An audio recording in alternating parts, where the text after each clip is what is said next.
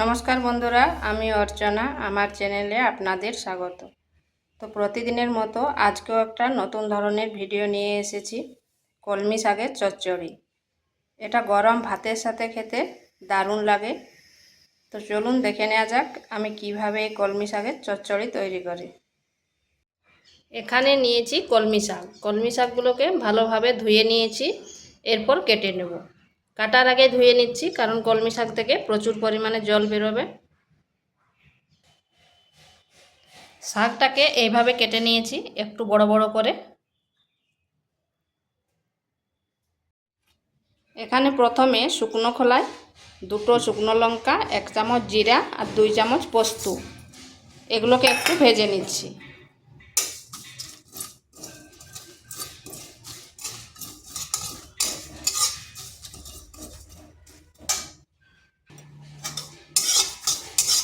এগুলো ভাজা হয়ে গেছে, এরপর এগুলোকে তুলে নিচ্ছি। তুলে নিয়ে শিলনোড়াতে বা মিক্সিতে গুঁড়ো করে নেব।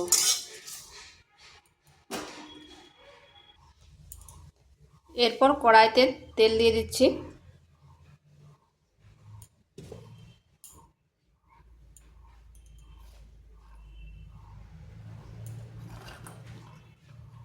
তেলটা খুব ভালোভাবে গরম করে নিতে হবে। আর তারপর দিয়ে দিচ্ছি বড়িগুলোকে একটু ভেজে নেব।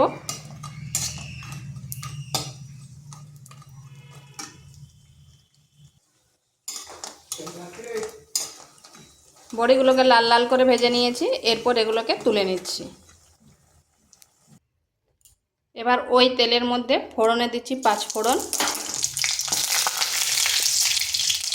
আর দিচ্ছি 3টা কাঁচা লঙ্কা। এরপর এখানে দিয়ে দিচ্ছি একটা বড় সাইজের আলুকে এইভাবে কেটে নিয়েছি।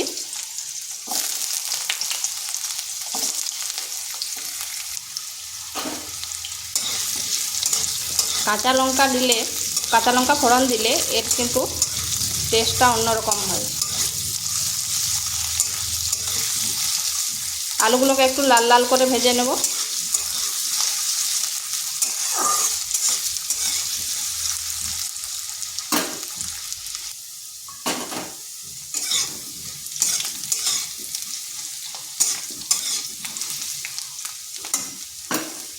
এরপর এখানে দিয়ে দিচ্ছি একটা বেগুন,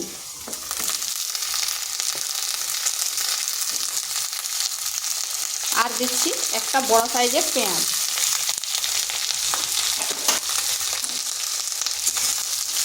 এরপর এগুলো একটু ভালোভাবে ভেজে নিচ্ছি। বেগুনটাও একটু লাল লাল করে ভেজে নেব।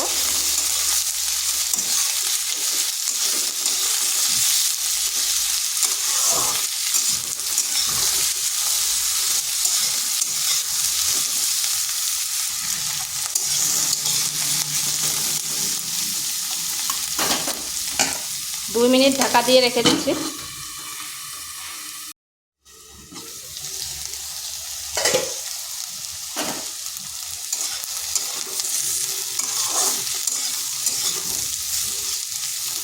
আলু বেগুন ভাজা হয়ে গেছে, এরপর এখানে দিয়ে দিচ্ছি কলমি শাকগুলো।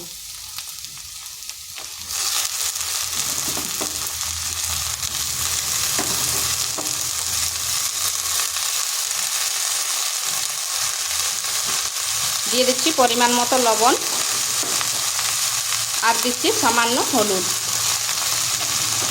হলুদটা অপশনাল, অনেকেই শাকে হলুদ দেয়নি, হলুদটা নাও দিতে পারেন। এরপর এগুলো ভালোভাবে মিশিয়ে নিচ্ছি।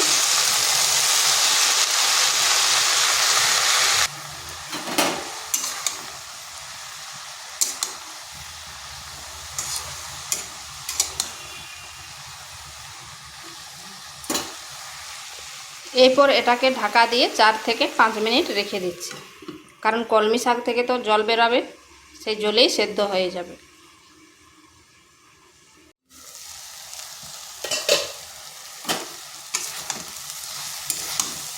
এটাকে মাঝখানে একবার ঢাকা তুলে নেড়ে দিয়েছিলাম।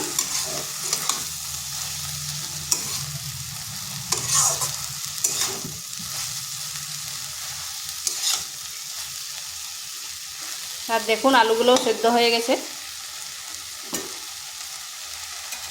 এরপর এখানে দিয়ে দেব 2 চামচ ভাজা মশলাটা। আঁচটা স্লো আঁচে করে নিয়েছি। আর দিয়ে দিচ্ছি বড়িগুলো।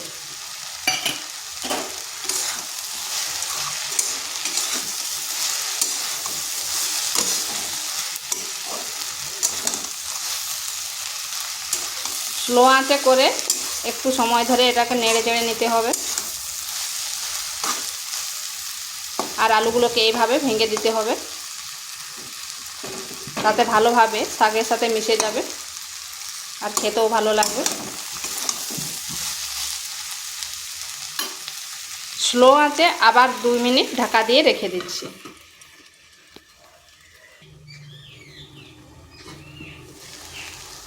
দু মিনিট পর আবার ফিরে আসলাম। আর এখানে চাইলে আপনারা 1 চিমটে চিনি দিয়ে দিতে পারেন যদি মিষ্টি পছন্দ করেন, কিন্তু আমি আর এখানে চিনি ব্যবহার করব না। আর বড়িগুলো খুব ভালোভাবে সেদ্ধ হয়ে গেছে। তো এটা আমার হয়ে গেছে, এরপর নামিয়ে নেব। তো ভিডিওটা ভালো লাগলে লাইক, শেয়ার, কমেন্ট অবশ্যই করবেন। আর নিত্য নতুন রেসিপি পাওয়ার জন্য চ্যানেলটিকে সাবস্ক্রাইব করবেন।